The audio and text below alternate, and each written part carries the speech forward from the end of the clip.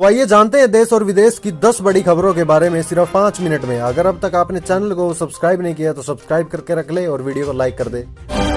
तमिलनाडु में इस सीट से चुनाव लड़ेंगे पीएम मोदी, यहां मुस्लिम लीग के सांसद दे सकते हैं चुनौती। 2024 लोकसभा चुनाव में प्रधानमंत्री नरेंद्र मोदी के तमिलनाडु से चुनाव लड़ने की अटकलें लंबे समय से जारी है। हालांकि अब तक भारतीय जनता पार्टी ने आधिकारिक तौर पर इसे लेकर कुछ नहीं कहा। इसी बीच अटकलें ये भी है कि पीएम मोदी दक्षिण भारतीय राज्य की रामानाथपुरम सीट से मैदान में उतर सकते हैं। खास बात यह है कि यहाँ फिलहाल इंडियन यूनियन मुस्लिम लीग यानी IUML से नवसकनी सांसद हैं। एक मीडिया रिपोर्ट के मुताबिक हैदराबाद के नामपल्ली में हुई भाजपा की उच्च स्तरीय बैठक में अध्यक्ष जगत प्रकाश नड्डा की ओर से ये मुद्दा उठाया गया था कि खबर है कि उन्होंने पार्टी नेताओं को जानकारी दी थी कि दक्षिण में भाजपा को स्थापित करने के लिए पार्टी पीएम मोदी को किसी एक दक्षिण भारतीय राज्य से उतारने की योजना बना रही है। माफ करो, भूल जाओ और आगे बढ़ो, गहलोत विवाद पर खड़गे के फॉर्मूले के बाद पायलट ने दिए बड़े संकेत। कांग्रेस के वरिष्ठ नेता सचिन पायलट ने राजस्थान विधानसभा चुनाव से कुछ महीने पहले मुख्यमंत्री अशोक गहलोत के साथ मतभेदों को बुलाकर आगे बढ़ने का शनिवार को स्पष्ट संकेत दिया और कहा कि सामूहिक नेतृत्व ही चुनाव में आगे बढ़ने का एकमात्र रास्ता है। पायलट ने PTI भाषा को दिए साक्षात्कार में ये भी कहा कि कांग्रेस अध्यक्ष मल्लिकार्जुन खड़गे ने उनसे कहा कि भूलो, माफ करो और आगे बढ़ो, और खड़गे की ये बात उनके लिए एक सुझाव होने के साथ ही पार्टी अध्यक्ष का निर्देश भी है। राजस्थान के पूर्व उप मुख्यमंत्री ने ये टिप्पणी उस वक्त की है जब गत बृहस्पतिवार को खड़गे और राहुल गांधी ने प्रदेश के कांग्रेस नेताओं के साथ बैठक की थी, जिसमें एकजुट होकर आगामी राजस्थान विधानसभा चुनाव लड़ने का फैसला हुआ था। इस बैठक के बाद कांग्रेस के संगठन महासचिव के वेणुगोपाल ने यह संकेत दिया था कि राजस्थान विधानसभा चुनाव में कांग्रेस मुख्यमंत्री पद का चेहरा घोषित नहीं करेगी। मणिपुर हिंसा पर राज्य सरकार ने सुप्रीम कोर्ट में रखी स्टेटस रिपोर्ट, कहा स्थिति सुधर रही है। मणिपुर के हिंसा प्रभावित इलाके में इंटरनेट सुविधा बहाल करने के हाईकोर्ट के आदेश के खिलाफ राज्य सरकार सुप्रीम कोर्ट पहुंची है। राज्य सरकार ने कहा है कि स्थिति में बार बार बदलाव हो रहा है, अब इस आदेश पर अमल में मुश्किल हो सकती है। मणिपुर हिंसा मामले पर राज्य सरकार ने सुप्रीम कोर्ट में स्टेटस रिपोर्ट रखी है। सॉलिसिटर जनरल ने कहा कि स्थिति सुधर रही है, इस समय किसी भी अफवाह से बचना जरूरी है। चीफ जस्टिस ने याचिकाकर्ता से कहा कि इस रिपोर्ट को देखकर अपनी तरफ से सुझाव दे, हम कल सुनवाई करेंगे। सुनवाई के दौरान वरिष्ठ वकील रंजीत कुमार ने मांग की कि ड्रग्स को और अपराध को लेकर UN रिपोर्ट को भी रिकॉर्ड कर लिया जाए, इससे मणिपुर में जो हो रहा है उसे समझने में मदद मिलेगी। भारत ने बचा लिया, नहीं तो खून की नदियां बहती, संकट मोचन हिंदुस्तान के आगे गदगद हुआ श्रीलंका। भारत के दक्षिण में बसे श्रीलंका ने पिछले साल भारी वित्तीय संकट का सामना किया। स्थिति इतनी खराब हो गई थी कि वह विदेशी कर्जों को भी डिफॉल्ट कर गया, लेकिन इस दौरान भारत उसकी मदद के लिए आगे आए। श्रीलंकाई संसद के स्पीकर महिंदा यापा अबेवर्धने ने पिछले साल आर्थिक संकट के दौरान शनिवार को भारत की तरफ से मिलने वाली मदद की सराहना की। मार्च 2022 में श्रीलंका अपने $51 अरब के कर्ज पर डिफॉल्ट कर गया था। तब भारत ने $4 अरब की इमरजेंसी सहायता दी थी, जिसमें $1 अरब का क्रेडिट लाइन भी शामिल था। ऐसी स्थिति में श्रीलंका का साथ देने पर अबेवर्धने ने भारत को एक भरोसेमंद दोस्त बताया, जिसकी मदद से देश में खून खराबा होने से बच गया। उन्होंने कहा कि मैं बताना चाहूंगा कि पिछले साल हमारे ऊपर जो मुसीबत आई उस दौरान भारत ने हमें बचाया। Russia Indian crude oil deal, Bharat को रूसी कच्चे तेल पर छूट घटकर $4 प्रति बैरल पर हुई, ये है प्रमुख कारण। मामले की जानकारी रखने वाले 3 सूत्रों के मुताबिक रूसी बंदरगाहों से भारत तक शिपिंग के लागत $11 से $19 प्रति बैरल है, जो कि फार्स की खाड़ी से रोटरडम तक के परिवहन शुल्क से कहीं ज्यादा है। पिछले साल फरवरी में यूक्रेन पर रूस के आक्रमण के बाद रूसी तेल पर यूरोपीय खरीदारों और जापान जैसे एशिया के कुछ खरीदारों ने प्रतिबंध लगा दिया था। इसके चलते रूसी यूराल्स कच्चे तेल का कारोबार ब्रेट क्रूड वैश्विक बेंचमार्क से कम कीमत पर किया जाने लगा। हालांकि सूत्रों ने कहा कि रूसी यूराल ग्रेड पर छूट पिछले साल के मध्य में लगभग $30 अमेरिकी प्रति बैरल के स्तर से कम होकर $4 अमेरिकी प्रति बैरल के करीब आ गई। सूत्रों ने कहा है कि छूट अधिक हो सकती है अगर राज्य नियंत्रित इकाइयां इसके बारे में एक साथ बातचीत करती है। IOC एकमात्र ऐसी कंपनी है जिसने टर्म या फिक्स्ड वॉल्यूम डील की है। युद्ध से पहले भारत फरवरी 2022 तक 12 महीने में रूस से प्रतिदिन 44,500 बैरल कच्चा तेल खरीदता था। रूस से भारत की समुद्री कच्चे तेल की खरीद कुछ महीने पहले चीन द्वारा की गई खरीद से अधिक हो गई। सूत्रों ने कहा कि भारतीय रिफाइनरियां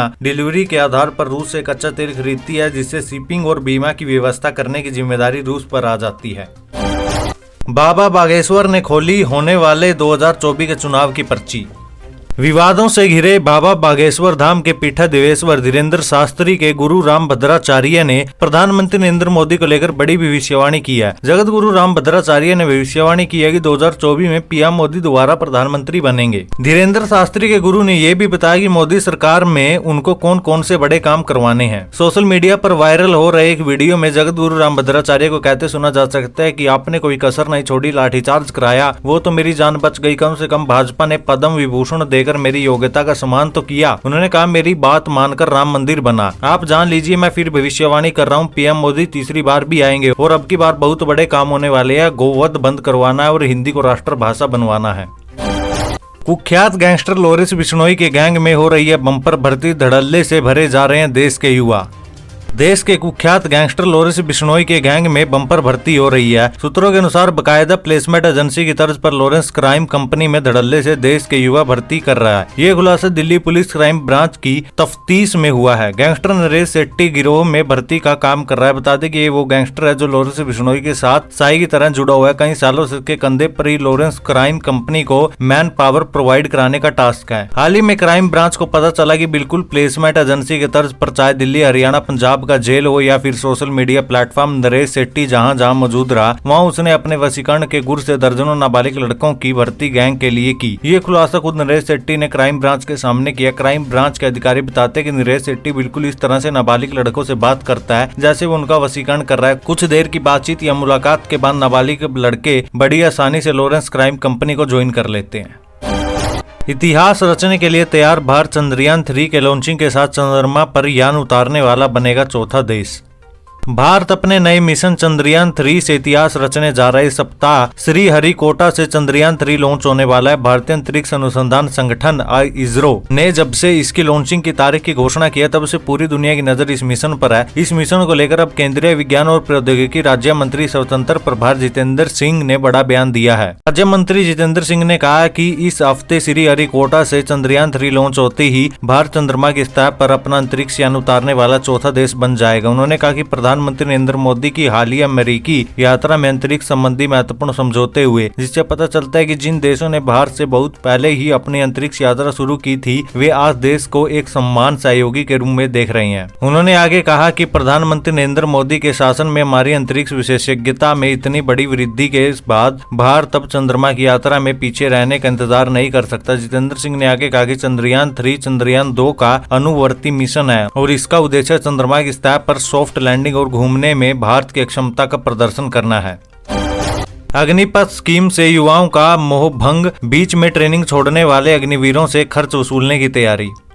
भारतीय सेना की अग्निपथ स्कीम के तहत जल्द ही अग्निवीर अलग अलग यूनिट में शामिल हो जाएंगे। पहले बैच की ट्रेनिंग खत्म हो चुकी है और दूसरे बैच की ट्रेनिंग शुरू हो गई है। अगले महीने पहला बैच भारतीय सेना में शामिल हो जाएगा। हालांकि ट्रेनिंग के दौरान ही कई युवा बीच में ही चले गए। अलग अलग वजहों का हवाला देकर सेना को अलविदा कहने वाले युवाओं पर अब कार्रवाई भी हो सकती है और उनसे ट्रेनिंग में हुई खर्च की रकम भी वसूली जाएगी।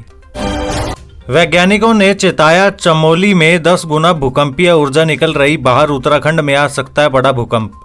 चमोली जिला जोशीमठ में भूकंप की घटना के बाद से देश भर में चिंता और चिंतन के केंद्र में है। अब चमोली जिला भूकंप की संवेदनशीलता के लिहाज से चर्चा में आता दिख रहा है। यूं तो समूचा उत्तराखंड ही भूकंप के लिहाज से संवेदनशील है, लेकिन चमोली जिला अधिक चिंता बढ़ाता नजर आ रहा है। वाडिया हिमालय भूविज्ञान संस्थान का ताजा शोध बताता है कि उत्तराखंड के बाकी क्षेत्रों से इतर चमोली जिले की जमीन 10 गुना भूकंपीय ऊर्जा बाहर निकाल रही है। वाडिया संस्थान के ताजा शोध पत्र में निदेशक कालाचंद साई समेत वरिष्ठ विज्ञानी डॉक्टर अनिल तिवारी आदि के मुताबिक चमोली क्षेत्र की भूमि के संवेदनशीलता की स्थिति के आकलन के लिए उत्तराखंड क्षेत्र में 5500 भूकंप का अध्ययन किया गया। वर्ष 1999 से 2020 के बीच के इन भूकंपों में 511 में सिर्फ भूकंपीय ऊर्जा का आकलन किया गया। अध्ययन में शामिल किए गए भूकंप की तीव्रता 2 से लेकर 5.7 मैग्नीट्यूड थी।